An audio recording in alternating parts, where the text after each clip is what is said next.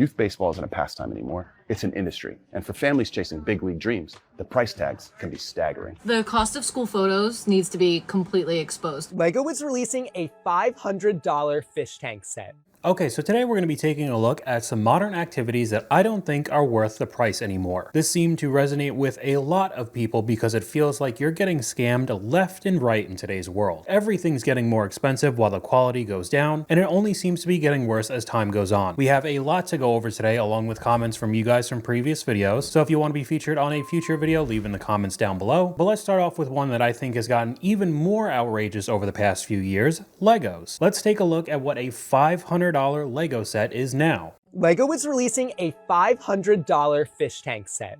I gotta build this and see if it's worth the hype. This is the Tropical Aquarium, a brand new LEGO icon set being released on November 13th. The motion features are a lot of fun to play with and really take this build to the next level. But as beautiful as the set is, the elephant in the room is the $480 price tag, which I think is going to put it out of a lot of builders' budgets. Really? You don't say. $500 for some plastic bricks. But they do have moving parts that'll be fun to play with for about 45 seconds. And we can go right over to the comment section. You could get a real fish tank for less than $500.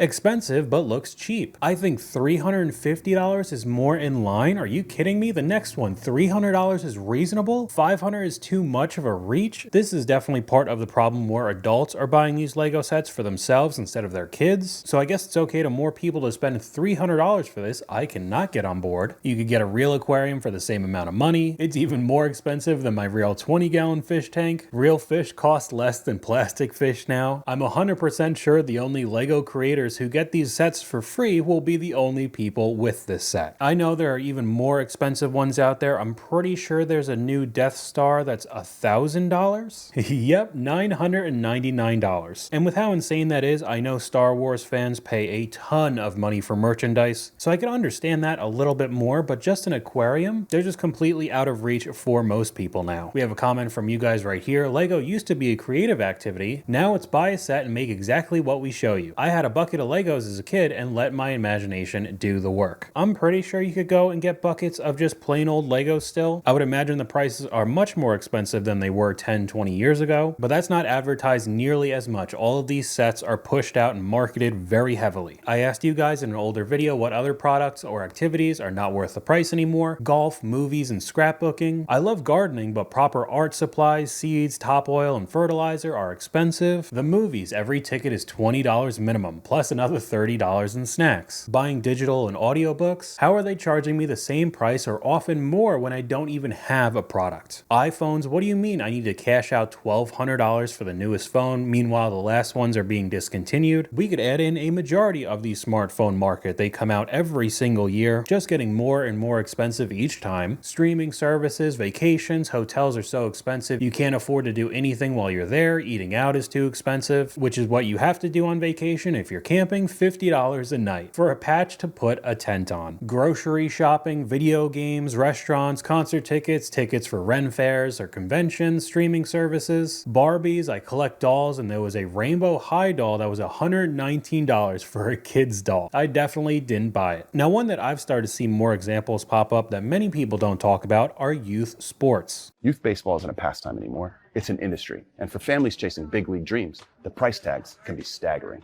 Take Striker Pence, a 16-year-old phenom throwing 100-mile-an-hour fastballs. His family has already spent over $100,000 on equipment, travel, and showcase tournaments, all to help him and his baseball-playing brothers get noticed by scouts. But the Pences aren't alone.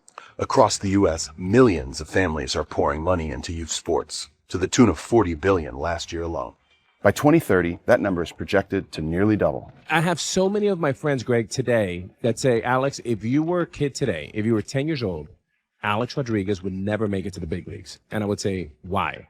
Well, because you and your mother couldn't afford it. But where does all that money go? Start with gear. Bats and gloves can cost $500 each. And the drip, cleats can cost $300, batting gloves $125. And that's just the beginning. Then comes travel teams, coaching fees, and showcase tournaments where a single weekend can cost thousands. It's an investment, and for some, a potential path to scholarships or the pros.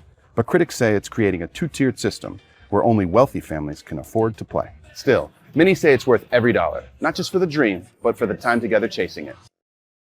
We'll go right over to the comment section. There's a very good point here. Pay to play, the reason why America is so behind on soccer. It's kind of like this for almost all sports now in America, and it's pretty common that some of the best players in their respective sports did not come from a wealthy background. And now it's starting to turn into you having to put 6 figures down on your kid's career just for the possibility of them getting into a professional league. That doesn't breed the best talent in the country. The only ones who are noticed are the ones who sink the most amount of money into the sport, into the training. And that's how you lose a lot of the potential talent. Some of the lamest stuff I've heard, local rec teams used to be $60 to join. You could get a uniform, a bag of bats and helmets, and off you go. And speaking of some of these rec leagues, you have to pay to get in to watch these kids play, let alone the cost to join the team. I came to my little cousin's basketball game and it cost me $15. Look at this.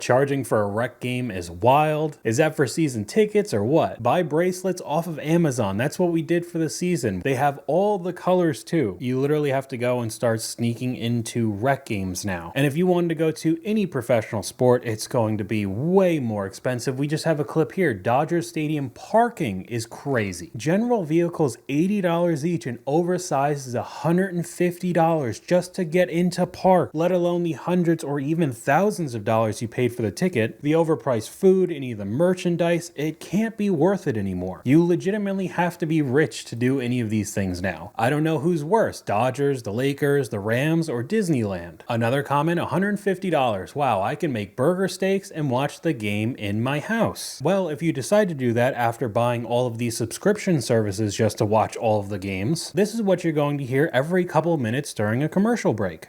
Bet now, gamble, DraftKings, anytime touchdown, FanDuel, bet now, same game parlay, ESPN, bet, Underdog, live bet right now. Hey, if you have a problem gambling, you can call this number right here, this tiny little number at the bottom of the commercial.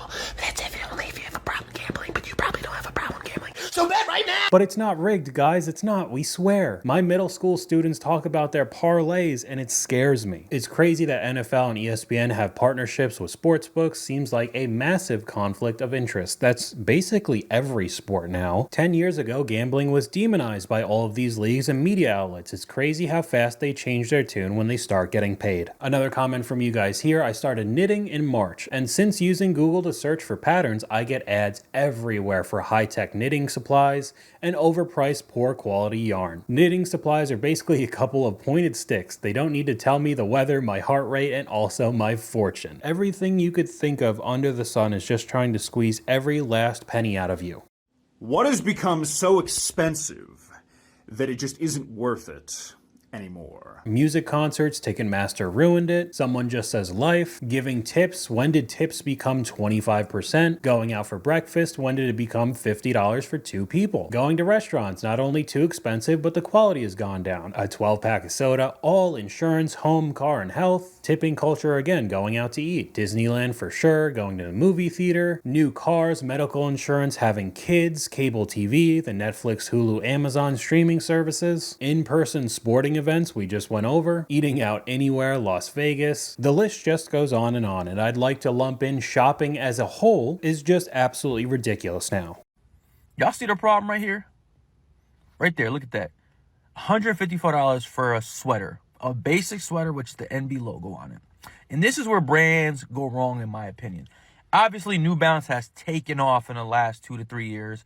They're dropping great sneakers. You know, they were known as just like a running brand for a long time, but now they're a fashion brand. Like their sneakers have taken over the fashion world.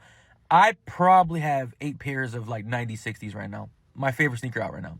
But this is when the greed starts kicking in. This is when they got a little bit too much dip and they chip. You feel me? A little bit too much swag and they surf, because what are y'all doing, New Balance? This isn't y'all lane. $154 for a sweater? No. And I know y'all put this out there to see how it works, see if people actually buy it and are receptive to it. And if they are, you guys just elevate the price. And it's like, it's going to make your brand go downhill, in my opinion. This is going to be at TJ Maxx for $30 pretty soon. People were talking about it being made in USA. New Balance made in USA has always been expensive. It's made in USA, so it means it'll fall apart after 3 washes. Just because it's more expensive does not mean the quality's better. Your favorite brands are quietly making your stuff worse, and you're paying the price. My favorite boot brand did this to me. These are 2 boots. This is last year's boot. This is this year's boot. And check out what I noticed. So with boots, you want a flat sole so all the crap doesn't get caught on it. You want a tall boot so all the weeds and stuff don't go down into your shoe and bug you all day. This boot has a rubber sole. Great sole. And this is a Goodyear welt where they stitch the leather to the sole and it lasts longer. This boot looks like it has a rubber sole and a Goodyear welt, but here's what I noticed. This is a foam sole. It's not the hard rubber like this boot. So it wears down faster. It's already wearing down faster than this other boot did. The other thing is they faked the Goodyear welt because you can't sew leather to a foam sole. The stitches will just pull out, right? They'll pull through this foam because it's not as strong. So they faked it. They put a piece of leather around here and stitched it, and then the sole is actually glued to the leather of the boot, which is not going to last as long and is not going to be as waterproof. You can already see, you can't see it, but right there, it's already coming apart. It's like finding 100% cotton clothing. It's hard to find. I'm sick of plastic clothes. Agreed, notice this with my Vans and Doc Martens. I've still got the checkered Vans from high school that are holding up, yet the ones that I bought last year are already falling apart. Name the company and somebody else said it was Ariat. I have heard that the quality has gone down. Costco always does this. Every time they have a winning product that I love, it comes back next year just worse. It's like they sit there and think, perfect, we got a moneymaker. How can we squeeze more money out of this by cutting costs?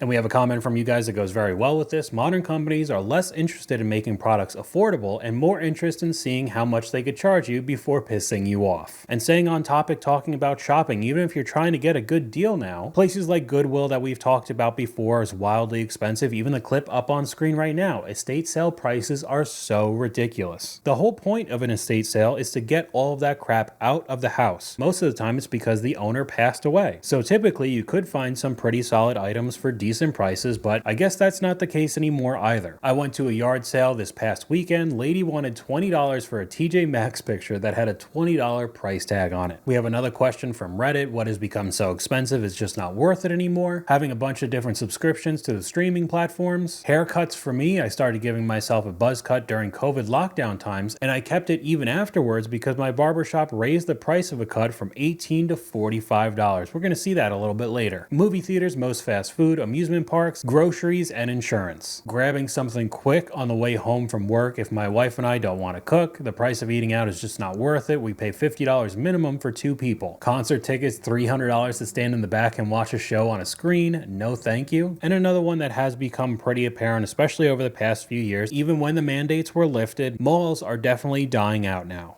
It's a Saturday and no one's here. Drop-shipped Labubus in very low quality Dubai chocolate that they're gonna try selling you for $30.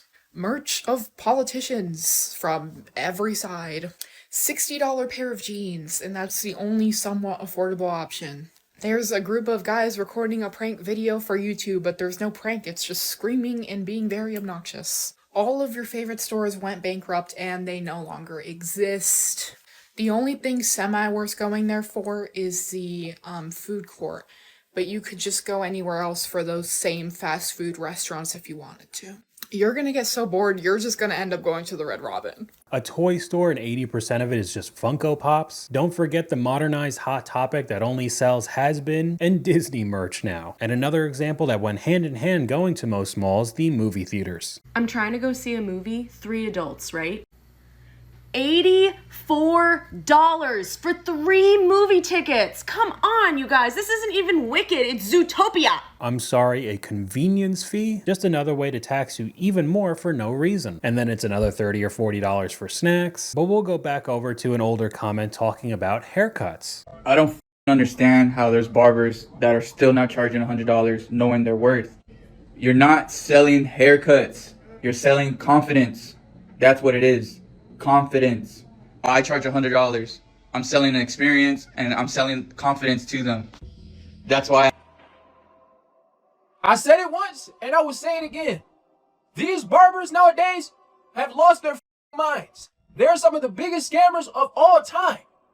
Because what do you mean that you charge your clients $100? Then, gang, I looked at your work. Your work is dull, gang. $83.99. Okay, yeah, so that's right there. That's cut. I can't even see the lineup. Where's the line, gang? Okay, I'm cutting it off there. It's only halfway through. This guy goes in even more with this user, but you should know your worth. It's an experience to get your hair cut. That takes what, 10, 15 minutes? It's not like you're there for hours on end. Some of the comments, a normal cut should be $25 to $30. Bro's glasses aren't even straight, talking about $100 for some BS. Barbers thinking that they're doing surgery now. You're selling confidence with the crooked glasses. I mean, we talked about this before on my main channel. This has been going on for a bit. It went from 25 to 40, 50, $100, I've seen $200, and this is all for men's haircuts, by the way. I know women's could get very expensive, but when you're just doing a shape up or something along the lines of that, asking for these types of prices are absolutely unreal. The cost of school photos needs to be completely exposed. For digital, one digital photo of my kid for $64, there's no way that that's how much that costs. There's absolutely no way. I will print it this is outlandish. Outlandish. Something needs to disrupt this and get them, because they're taking advantage of us. And I mean, at this point in 2025, when almost everybody has a smartphone, yes, there is a difference in quality between a DSLR or mirrorless camera and an iPhone, but at $64 an image, I feel like more people should start doing their own class photos. But we'll finish off this video with a comment from you guys. The feeling of being robbed at all times is so very accurate. So that's all I got for you guys today. Let me know what you guys think in the comments down below. YouTube thinks you'll like this video popping up on screen right now, but hopefully you guys enjoyed this video. If you did, please leave a like, and I'll talk to you guys later.